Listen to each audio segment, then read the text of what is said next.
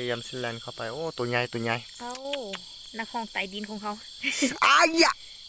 กัดเด้เสร็จแล้วอู้ตัวใหญ่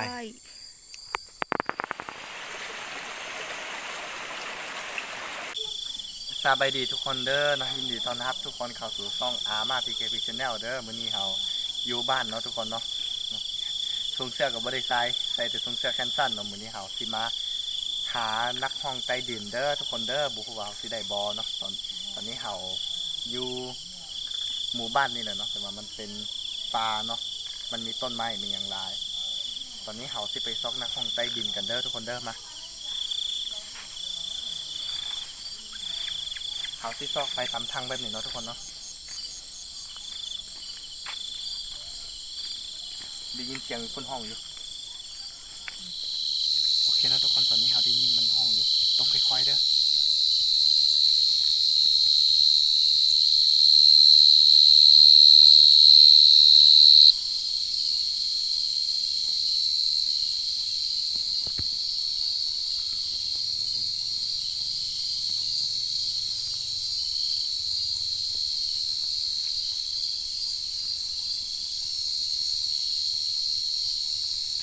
มันเข้าไปแล้วทุกคนเดี๋ยวจะให้เบิ้งกูลองคุดเอาดีกว่าเดี๋ยวเราพามันออกมาเมื่อกี้มันอยู่บนในห้องเนาะทุกคนหูมันตอนขึ้นมันจะเปิดแบบนี้เนาะตอนเว้นนี้มันจะแบบปิดหูมันหมดเลยได้มันอยู่ในครับบอกเข้าไปดีฆ่ากันเดี๋ยวตอนนี้เขาเห็นหูมาแล้วเดี๋ยวเขามาเขาก็ซิปักใส่แบบนี้เลยเนาะแบบนี้เนาะตอนนี้เขาเตรียมไว้ก่อนเขาก็ไปหาหูตัวไม้ตอเนาะทุกคน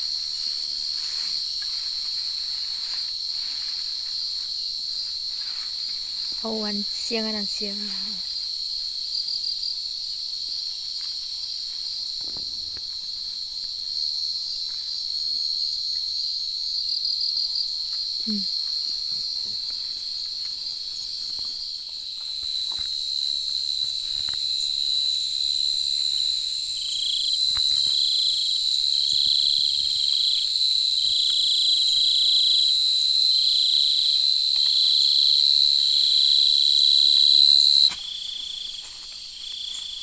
ได้แล้วมานี่มาไปเลยมันเข้าไปได้ทุกคนเบิ้งนี่ใส่บ่เห็นดีนั่นแหละมันโดดว่ะโอ้มันโดดมันเอาติดมันพยายามซิแลนเข้าไปกองสันมันพยายามซิแลนเข้าไปโอ้ตัวใหญ่เอานักห้องใต้ดินของเขาอายะกัดโอ้เจ็บแต่เจ็บว่ะนักห้องใต้ดินเนาะตัวนี้ก็คือนักห้องใต้ดินนี่จับเสร็จตุกได้เบิ่งตัวมันแบบสัดๆดูเอาไฟใส่ยวงเบิ่งเอาไฟตัวนี้ยวงก็ได้ดินี่โอ้สีสันตัวมันน่าจะนี่มันพยายามสิออกไปนะทุกคนมันบ่อยากตายเด้ออย่าหาว้าวมันบ่อยากเป็นอาหารของเขาโอเคใส่ในตุ๊กน้ำนี่ตัวใหญ่เติบเอาลูกจับไปเรื่อยๆเลยเนาะไปต่อขารุ่นนำกันว่าสิได้จักโตกาแบบนี้แหละทุกคนเนาะวิถีชีวิตแบบบ้านๆเนาะใส่ชีวิตอยู่ในบ้านๆในชีวิตจริงเนาะในชีวิตจริงเขาก็เป็นแบบนี้แหละเนาะนี่ก็คือบริจาคซากมาอย่างเป็นชีวิตจริงเนาะเขาไปซอกหาอาหารเวลาตอนกลางวันหรือว่าตอนค่ำเนาะโบแนวที่สบายน้อยหนึ่งนะเพราะว่าช่วงที่ว่าเขามีเวียกหลายเขาก็สิบ่ไปแบบมื้อนี้เขาสิพักเวียกหรือสิไปซอกของกินบ่มีเนาะเพราะแต่ละมื้อส่วนหลายมันเขาไปสวนไปหาแล้วก็ซอกของกินมาพร้อมเนาะแบบนี้เนาะแล้วก็ตอนนี้เขาก็บ่เฮ็ดหยังเขาก็ออกมาซอกนักห้องใต้ดินก็ถือว่าโอเคเนาะเดี๋ยวเขาสิได้ไปทอดกิน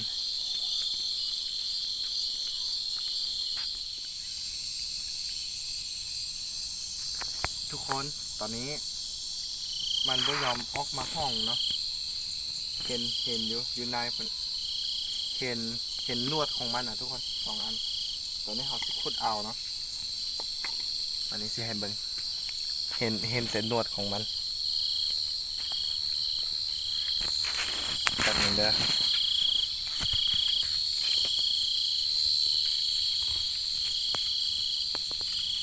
เห็นบ่สิเห็นบ่บ่สามารถเบิ่งเห็นได้ มันมืดเดี๋ยว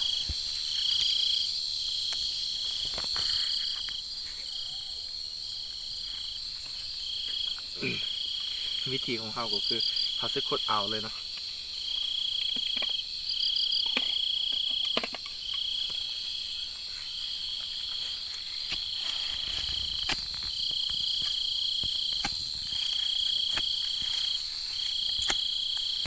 ดินมันแข็งไปแล้วนี่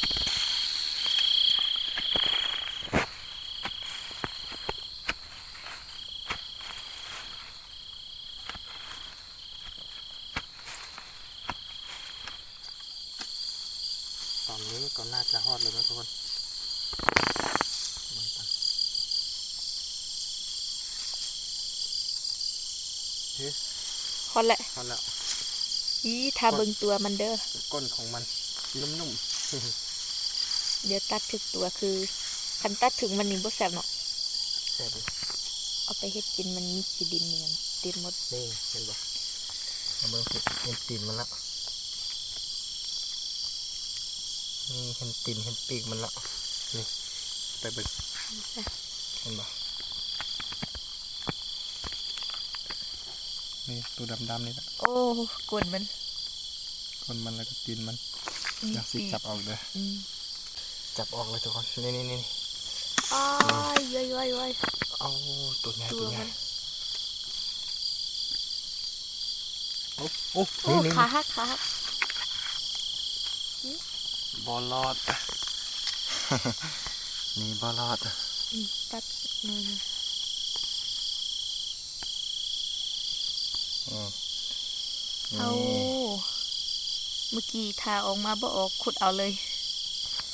ตัวใหญ่แฮง อืม นี่ได้2-3ตัวเลยเด้อ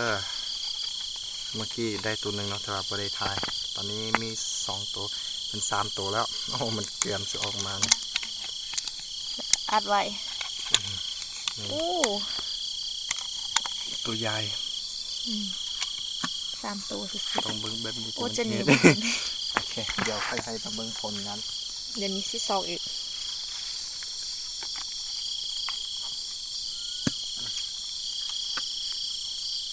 เดี๋ยวถ้ามีจักจันเขียวเขาก็สิเอาเนาะ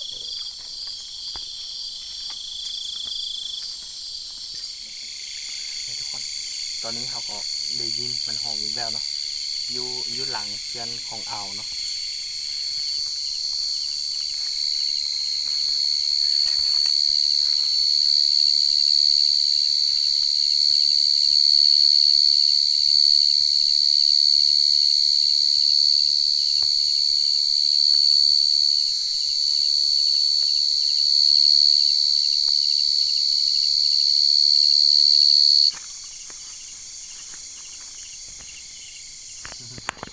ได้แล้วมันออกอ่ะ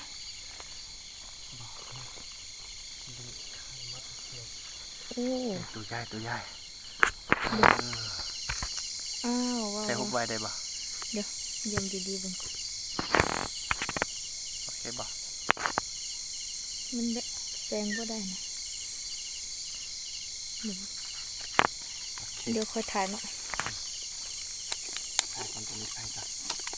ต้องฮิปเฝ้าเดี๋ยวมันสิรับหมดก่อนทุกคน ถ้าไก่ย่ามคือบ่ได้ได้โดนตัวนี้ ไก่ย่ามมันจะเข้าไปในข้างในหมด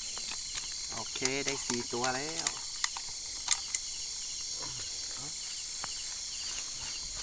ไปต่อ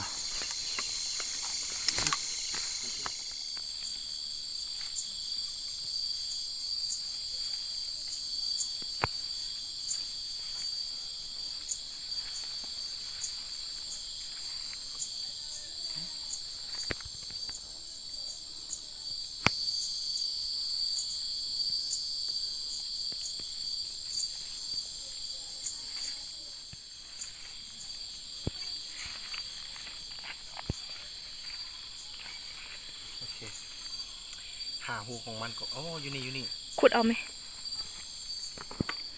แล้วมันเข้าไปลึก ดินของเขาเดี๋ยวเขาสิดาตีบ่ ขุดแล้วก็ใส่ขึ้นไว้ทุงขึ้นเขาบอกว่าอย่างนี้ โอ้เสียมนี่ก็จังเป็นดีเกิน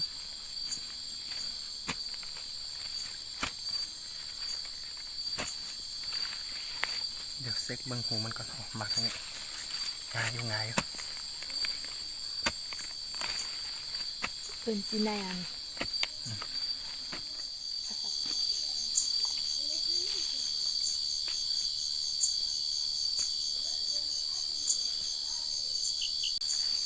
ฮอตแล้วทุกคนแมนปอไปซ้ายแล้ว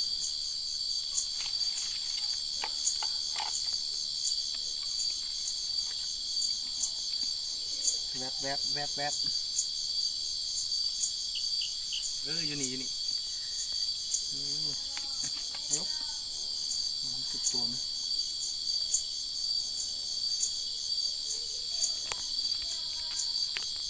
ได้แล้ว มาเบิ่งนี่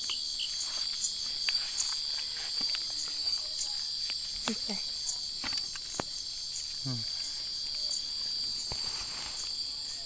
เอาออกมาก่อนไปนี่ตัวนี้ธรรมดาบ่แย่ปานใด ตัวน้อยเบิ่งอันจับดีๆดูถ่ายรูปไว้ก่อนเดี๋ยวมันบ่โฟกัส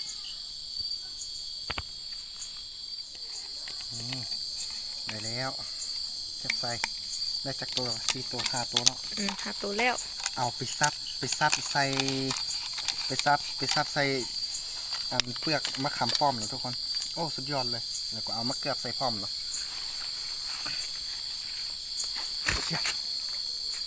ทมดินให้เขาก่อน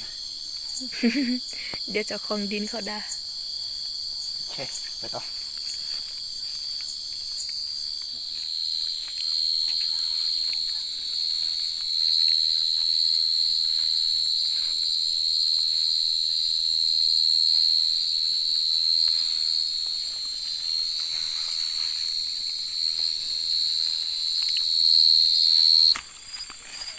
เด้เสร็จแล้วอู้ ตัวใหญ่ ได้ใหญ่แฮง วันนี้ก็มีหูแต่ว่ามันบ่ห้องเดี๋ยวเราจะขุดเอา ขุดเอาเลยบอกมาก็ขุดเอาเลย นี่ พวก ทำนี่ ตัว ก็โอ้ตัวแห้งกินเนาะทุกคนเนาะตัวจิ้งหรีดหรือว่าตัวจีนายหรือว่านักห้องใต้ดิน ตัวนี้เราจะขุดเอาเด้อบ่ว่ามีคนจับไปแล้วบอกแต่ว่าบ่เห็นหอยเนาะบ่เห็นหอยที่เขาจับไว้